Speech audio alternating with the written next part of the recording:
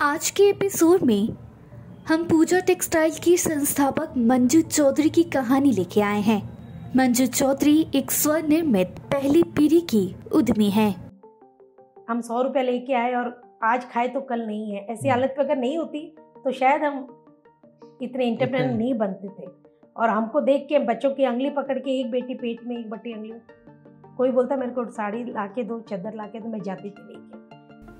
एक बिजनेस का ही है बस कि ये कभी भी डाउन नहीं हो और जितना हम लोग कर सके भगवान उसका रिजल्ट देना तुम्हें। और बंद करने का या इसको रोकने का अंदर से मेरी दिली इच्छा एकदम भी नहीं है। मंजू चौधरी एक विनम्र मजदूर वर्ग के परिवार से आती हैं। बचपन से ही वे उपदेश की भावना से प्रेरित थीं और खुद को व्यवसाय की ओर आकर्षित करती थी। मेरी फैमिली में मदर की साइड भी कोई बिजनेस में नहीं था, इन लॉज के साइड भी कोई, सब जॉब वाले थे। मेरे भी 3 सिस्टर ब्रदर है, बट मेरे क्या मालूम कोई गॉड गिफ्ट होगा।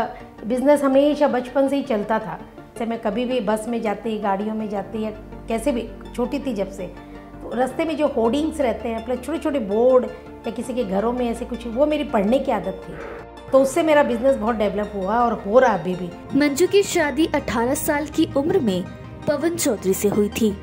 उनके ससुराल के संयुक्त परिवार के कठोर नियमों और रहन सहन की स्थितियों ने मंजू और उनके पति को दक्षिण भारत के हैदराबाद शहर में प्रवास करने के लिए मजबूर कर दिया।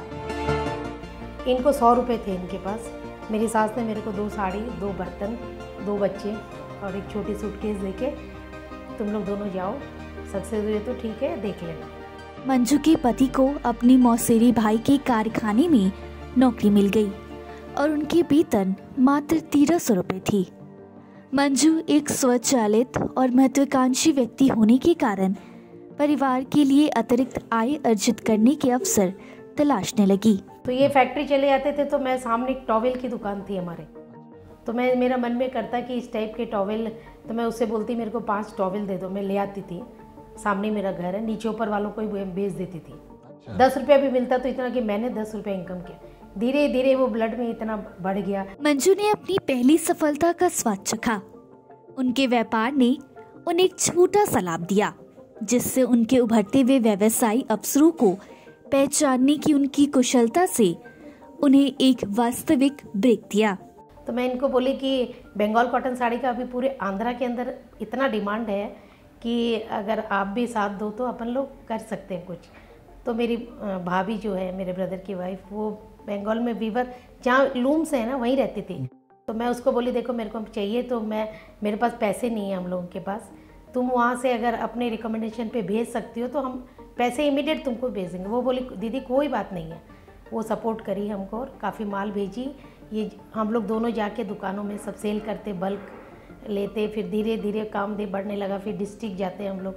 मंजू को पता था कि अगर उसे व्यापार में ऊपर जाना है तो उन्हें अपनी मंजिल की सीढ़ी को ऊंचा करना होगा। मंजू ने अपने व्यवसाय को उन जिलों में ले जाने का फैसला किया जहां बिक्री और नगद अधिक थी। कार चलाना सीखी मैं, बच्चों को लॉक करके। 1 महीना ये काम से निकलते तो मैं लॉक करके गाड़ी ड्राइविंग सीखी 1 महीना।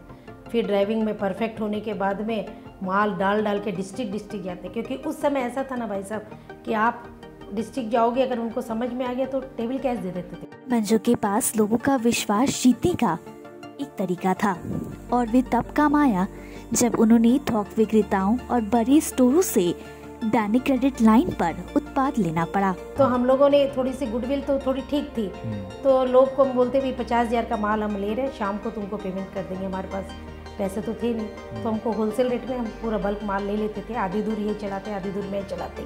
जैसे जैसे मंजू का व्यवसाय स्थिर होने लगा, उन्होंने अपने पति को अपने व्यवसाय में शामिल कर लिया। अब मंजू की निगाहें एक बड़े सपने की ओर टिकी थी जो उनके भविष्य को प्रभावित करता। अब मंजू एक घर खरीदना चाहती थी। मैं वहाँ मेरे घर से थोड़ी दूर पे रोज सुबह 6 बजे बकेट लेके दूध लेने जाती थी। बच्चे सोए रहते, ये सोए रहते, तो मैं हमेशा दूध लेने जाती थोड़ी दूर पे। तो एक छोटा सा मकान ताला लगा हुआ दिखता था मेरे को। तो मैं मन में सोचती कि अगर ये घर है ना बंद है, खरीद लेना तो नीचे दुकान हो जाएगी, ऊपर घर बना लेंगे। ऐसा इतना बड़ा सपना, हमारी पॉकेट में तो 2000 रुपये भी नहीं थे। मैं फिर दूध लेके क्या करती, उसके नेबर के पास बैठ जाती थी। ये घर किसका है, कौन है, तो वो बोलती ये तो बहुत राजा नरसिम्हा राव आदर्श नगर में उनका खुद का प्राइवेट रोड है। तो मैं बोली कि मैं मिलना चाहती हूँ ये घर। नहीं वो तो बहुत बड़े आदमी है। तो बोले खाली आप मेरे को एड्रेस बता दीजिए। फिर मेरे को बोलती आप चलो अशोक के घर। तो ये बोले कि नहीं अपना तो बजट नहीं है, मैं 1300 रुपये का आदमी हूँ और तुम घर लेने की सोच रही हो। हम बोले नहीं लेंगे हम। तो उसके घर गए, 4 मीटिंग करे, 5। वो इतना बड़ा आदमी तो बोला कि हमारे मुनीमों का घर है, बंद है, आप लो तो 5 लाख में आपको दे देंगे, लेकिन ऑन द स्पॉट आपको फाइनल करके पैसे देना, ना कोई रजिस्ट्रेशन, ना कोई टाइम, ना कुछ और। तो हमारी पॉकेट में 5 रुपया भी नहीं। मैं बोली ठीक है डन। तो ये बोले ऐसे देखिए हमारी तरफ। हम बोले एक बार बात करते हैं। तो फिर बोला कि ठीक है डन है, ये आप लोग का मकान हो गया। मंजू के सपनों का घर उनकी नज़रों के सामने था। मकान मालिक ने उन्हें 5 लाख जुटाने के लिए 6 महीने के समय दिया। मंजू ने अपने गहने गिरवी रख दिए और बाजार से ऊंची ब्याज दरों पर कर्ज भी लिया। उन्होंने ठान लिया था कि वह अपने सपनों के घर को इस बार जाने नहीं देंगी। जोखिम उठाने की क्षमता मंजू के व्यक्तिगत की कुंजी है। मंजू को जो परिभाषित करता है वो जोखिम उठाने की उनकी इच्छा है। तो बहुत लिए ये बोले इतने हाई इंटरेस्ट पे पैसे। हम बोले आज अगर आप अपन हाई इंटरेस्ट देखेंगे तो कभी ज़िंदगी में प्रॉपर्टी नहीं ले सकेंगे, क्योंकि अपने पास पैसा नहीं है। कल यही प्रॉपर्टी करोड़ों में चली जाएगी। आज समझिए 3-4 करोड़ उसकी वैल्यू उस घर की। मंजू के मुताबिक बिजनेस के लिए लोगों से संपर्क करने में उन्हें कभी झिझक नहीं हुई। सफलता का उनका मात्र ग्राहकों के साथ दीर्घकालीन संबंध बनाने में निवेश करना था। देखिए भाई साहब, आज 32 ईयर से हम कर रहे हैं। आज देखिए अब बड़ी बात नहीं है, मीना बाज़ार में भी अपनी सप्लाई है। सुल्तान बाज़ार के पद्मावती वाला भी हमारे घर पे आके माल सेलेक्ट करता है। वो स्ट्रगल पीरियड ख़त्म होने के बाद इतनी अब हमको कहीं जाके बेचते हैं, लेकिन हमारी एक क्लाइंट है कल्पा स्कूल के सामने, मुस्लिम है वो, इतनी अरबपति आज के दिन, लेकिन वो बूढ़ी है। वो मेरे को रास्ते में मिली, वो पॉट खरीद रही थी, मैं भी खरीद रही। तो एक हिचक नहीं है। तो मैं आंटी आप कहाँ रहते हैं? मैं यहाँ रहती हूँ, ये मेरा कार्ड आंटी। नहीं ऐसे रास्ते में कौन बात करते बड़े लोग। फिर भी वो मेरे से बात की। तो फिर मैं बोली आपका घर का है, ऐसे करके मैं दूसरे दिन बेडशीट लेके पहुँच गई। पहले तो नहीं मेरे को नहीं चाहिए मंजू, नहीं चाहिए। ठीक है आंटी कब आऊँ? तो 4 दिन बाद आओ। तो मैं हिम्मत नहीं छोड़ी, मैं फिर गई उसके, ली मेरे से बेडशीट। वो कम से कम 15 साल कंटिन्यू हमारे से सब स्टॉक लेती, लेकिन वो बुलाती थी क्योंकि बूढ़ी थी। तो आज भी अगर कोई वैसी कस्टमर है और बोलती है कि हम नहीं आ सकते, हम उनको नहीं छोड़ते हैं। हम जाके देखते हैं, चाहे एक बेडशीट भी लेते तो उसको नहीं छोड़ते। उन्हीं कस्टमर की बदौलत हम इतना चले। बाकी कस्टमर तो आते हैं जाते हैं, टेम्परेरी है, वो हमारे परमानेंट है। परमानेंट से देखिए बिजनेस सेट होता है। आज वो एक भी अपने से ले रहे हैं, 50 भी अपने से, तो ऐसे क्लाइंट को हम नहीं छोड़ते हैं।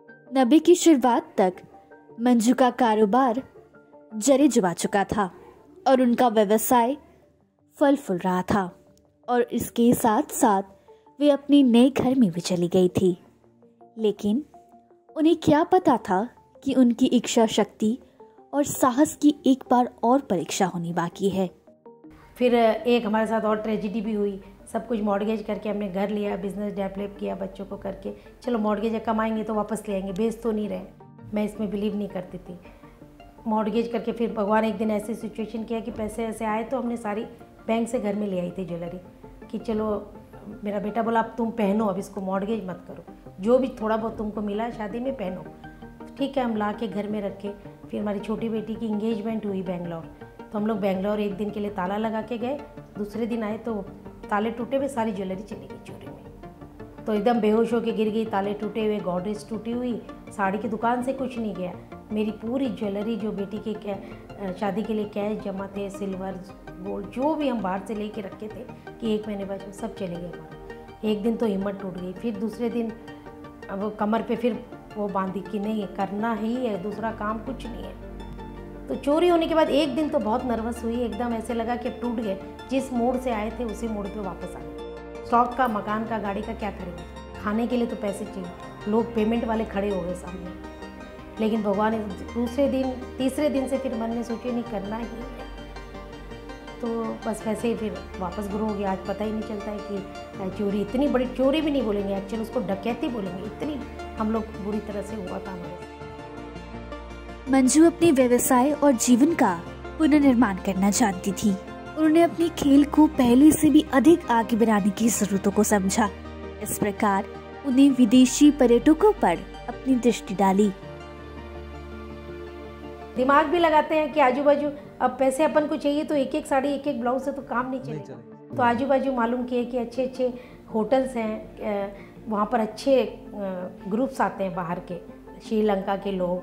तो अगर इनको अपना कार्ड दे दे और ये बाई चांस आ गए तो बहुत अच्छी सेल हो जाएगी। स्टॉक तो काफ़ी रखते थे हम लोग, वैरायटी थोड़ी थोड़ी सभी रखते थे। तो वो माइंड में इनको बोली मैं, तो ठीक है सपोर्ट हमेशा करे, ऐसा नहीं कभी नहीं। हम लोग जाके कार्ड देते, भाई साहब हम कार्ड दे के आधा घंटा भी नहीं होता कि पूरा ग्रुप आ जाता था।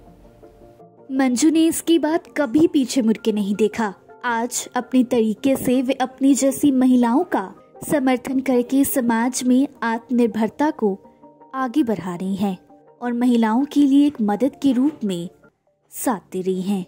जो महिलाएं आर्थिक रूप से संघर्ष कर रही हैं और अपनी खुद की उद्यम शुरू करने का सपना और आकांक्षाएं रखती हैं।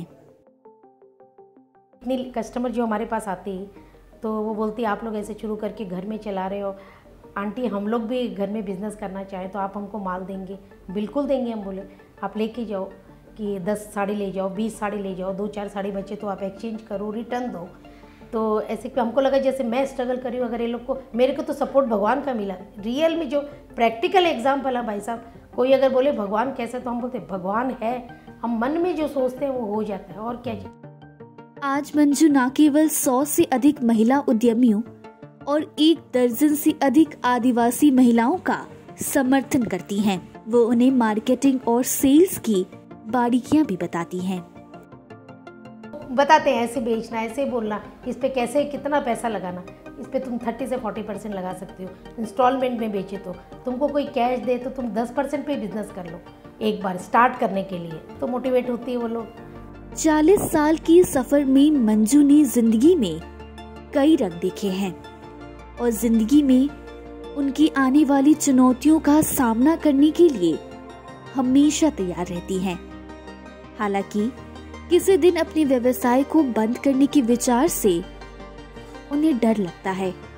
एक बिजनेस का ही है बस कि ये कभी भी डाउन नहीं हो और जितना हम लोग कर सके भगवान उसका रिजल्ट देना, क्योंकि अब हेल्थ इशू हो गया और बंद करने का या इसको रोकने का अंदर से मेरी दिली इच्छा एकदम भी नहीं है। मंजू चौधरी की प्रेरक कहानी इस बात का प्रमाण है कि कैसे लोग अपनी जिंदगी में सफलता की ओर आगे बढ़ते हैं। मंजू चौधरी की सेल्फ ड्राइव, जोखिम उठाने का साहस और कठोर रवैया उन्हें महत्वाकांक्षी उद्यमियों के लिए एक रोल मॉडल बनाता है।